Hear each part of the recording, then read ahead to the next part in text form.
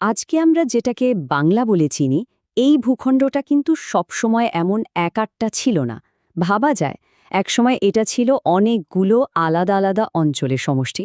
তো সেই খণ্ড খণ্ড পরিচয় থেকে কিভাবে একটা শক্তিশালী, ঐক্যবদ্ধ বাংলার জন্ম হলো, আজকের এই পর্বে আমরা সেই গল্পটাই ধাপে ধাপে জানব। তো চলুন একদম গোড়া থেকে শুরু করি।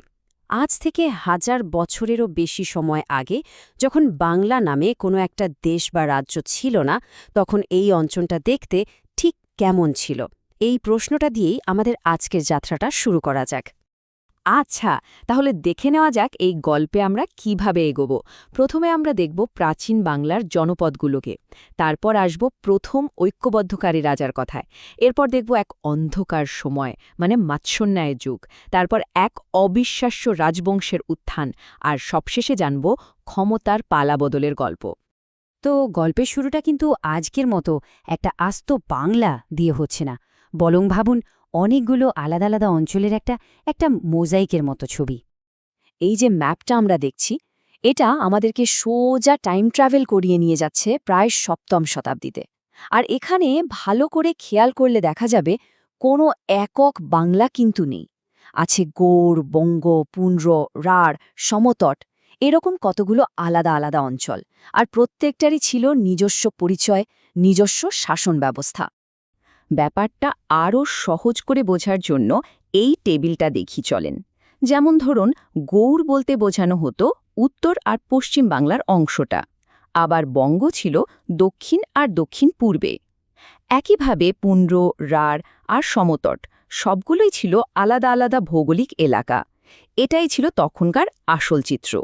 এই যে খণ্ড খণ্ড, টুকরো টুকরো ছবি, এটা প্রথমবার বদলানোর চেষ্টা করেছিলেন একজন মানুষ। কে তিনি? তিনি হলেন রাজা শশাঙ্ক, গৌড়ের রাজা। ৭ম শতাব্দীর একদম শুরুর দিকে শশাঙ্ক যা করে দেখালেন তা ছিল এক কথায় অকল্পনীয়। তিনি গৌড়কে কেন্দ্র করে এই অঞ্চলে প্রথম একটা স্বাধীন সার্বভৌম রাজ্য প্রতিষ্ঠা করেন। বলতে পারেন তার হাত ধরেই এই টুকরো টুকরো জনপদগুলো প্রথমবার একটা ছাতার নিচে আসার স্বপ্ন দেখতে শুরু করে। কিন্তু ইতিহাসে অনেক সময় যা হয়, শশাঙ্কের সেই স্বপ্নটা তার মৃত্যুর সাথে সাথেই ভেঙে চুরমার হয়ে গেল। তার গড়া বিশাল রাজ্যটা মানে তাসের ঘরের মতো ভেঙে পড়ল। আর তার ফল কি হল? পুরো বাংলা ডুবে গেল এক গভীর অন্ধকার আর অরাজকতার মধ্যে। ইতিহাসে এই সময়টার একটা ভয়ঙ্কর নাম আছে। এই সময়টাকেই বলা হয় মাৎস্যন্যায়। মানে মানে হলো মাছের নিয়ম। ভাবুন তো, একটা বড় পুকুরে যেমন কোনো আইন থাকে না, বড় মাছগুলো ছোট মাছগুলোকে যখন তখন খেয়ে ফেলে, ঠিক সেই পরিস্থিতিটাই তখন বাংলায় তৈরি হয়েছিল। কোনো রাজা নেই, কোনো শাসন নেই, যার জোর বেশি তারই সব। দুর্বলদের ওপর শক্তিশালীরা অত্যাচার করছে, তাদের সব কিছু কেড়ে নিচ্ছে। আইন শৃঙ্খলা বলে তখন আর কিছুই অবশিষ্ট ছিল না। এই যে মুদ্রাগুলো দেখা যাচ্ছে, এগুলো কিন্তু শুধু সোনার চাকতি না, এগুলো আসলে সেই সময়ের ভয়ঙ্কর রাজনৈতিক ভাঙনের জীবন্ত সাক্ষী। কারণটা খুব সহজ। যখন দেশে কোনো রাজা থাকে না, কোনো শাসন থাকে না, তখন তো অর্থনীতিও ভেঙে পড়ে, তাই না? এই বিশৃঙ্খলাটা ছিল আসলে সব দিক থেকে। আর এই অবস্থাটা মানে একদিন দুদিন বা ১০ বছরের ব্যাপার ছিল না। ভাবতে পারছেন? প্রায় ১০০ বছর, একটা গোটা শতাব্দী ধরে বাংলা এই অরাজকতা আর হানাহানির মধ্যে ডুবেছিল। এটা যে বাংলার ইতিহাসের অন্যতম কালো একটা অধ্যায়, তাতে কোনো সন্দেহই নেই। তো এই ১০০ বছরের অন্ধকার শেষে অবশেষে আলোর দেখা মিলল। বাংলার ভাগ্য বদলে দিতে মঞ্চে এলো পাল বংশ। আর তারা এমন একটা শাসন প্রতিষ্ঠা করল যা টিকে ছিল পরের ৪০০ বছর ধরে। ৪০০ বছর! বাংলার ইতিহাসে এটা সত্যিই এক অবিশ্বাস্য ঘটনা। এই টাইমলাইনটা পালদের সেই অসাধারণ যাত্রার একটা ছোট্ট ঝলক মাত্র। দেখুন, ৭৫০ খ্রিস্টাব্দের দিকে শুরুটা হচ্ছে গোপালকে দিয়ে, মানে সেই মাৎস্যন্যায় বা অরাজকতা থেকে মুক্তি পেতে স্থানীয় প্রধানরা সবাই মিলে তাকে রাজা হিসাবে নির্বাচিত করে। এভাবেই সেই অন্ধকার যুগের শেষ হয়। তারপর ধর্মপাল আর দেবপালের সময়ে পাল সাম্রাজ্য তো প্রায় অপ্রতিরোধ্য হয়ে ওঠে। এমনকি শেষের দিকে রামপালের মতো শাসকেরাও কৈবর্ত বিদ্রোহের মতো বড়সড় একটা ঝড় সামলে এ রাজবংশকে আরও অনেকদিন টিকিয়ে রেখেছিলেন। তাহলে দেখা যাচ্ছে পাল সাম্রাজ্যের মূল স্তম্ভই ছিলেন এই ৪ জন মহারাজা।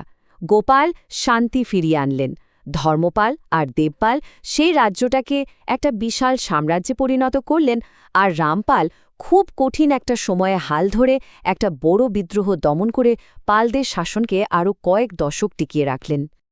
কিন্তু ইতিহাস আমাদের কি বলে? কোনো কিছুই চিরস্থায়ী নয়। ৪০০ বছরের এত বড় একটা সাম্রাজ্য একসময় দুর্বল হয়ে পড়তে শুরু করে। চলুন এবার গল্পের শেষ পর্বে আমরা দেখি ঠিক কিভাবে পালদের এই দীর্ঘ শাসনের অবসান ঘটল। পালদের পতনের পেছনে অনেক কারণের মধ্যে একটা বড়সড় ধাক্কা ছিল কৈবর্ত বিদ্রোহ। ব্যাপারটা কি ছিল? এটা ছিল পালদেরই অধীনস্থ কিছু সামন্ত প্রধানদের একজোট হয়ে করা একটা বিদ্রোহ, যা কিনা সাম্রাজ্যের একেবারে গোড়া নাড়িয়ে দিয়েছিল। যদিও রামপাল এই বিদ্রোহ দমন করতে পেরেছিলেন, কিন্তু এটা একটা জিনিস পরিষ্কার করে দিয়েছিল যে পালদের শক্তি ভেতর থেকে ক্ষয় হতে শুরু করেছে। ক্ষমতার এই হাতবদলটা এখানে খুব পরিষ্কারভাবে বোঝা যাচ্ছে। দেখুন, একদিকে পালরা যখন নিজেদের ভেতরের বিদ্রোহ আর দুর্বলতা নিয়ে একেবারে জর্জরিত, ঠিক সেই সুযোগটাই কাজে লাগাচ্ছে সেন বংশ। তারা রাঢ় অঞ্চলে ধীরে ধীরে শক্তি বাড়াচ্ছে। বলতে গেলে পালদের তৈরি মঞ্চে সেনরা নিজেদের জায়গা পাকা করে নিল। একাদশ শতকে বিজয় সেনের হাত ধরে বাংলায় শুরু হলো এক নতুন যুগ, আর ওদিকে ৪০০ বছরের পাল সাম্রাজ্যের সূর্যটাও অস্ত গেল।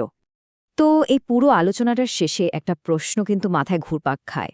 পালদের মতো এত বড়, এত দীর্ঘস্থায়ী একটা সাম্রাজ্য, এর পতন কি হঠাৎ করে একদিনে হয়, নাকি এটা আসলে বহু বছর ধরে ভেতরে ভেতরে যে ক্ষয়টা হচ্ছিল তারই একটা চূড়ান্ত পরিণতি?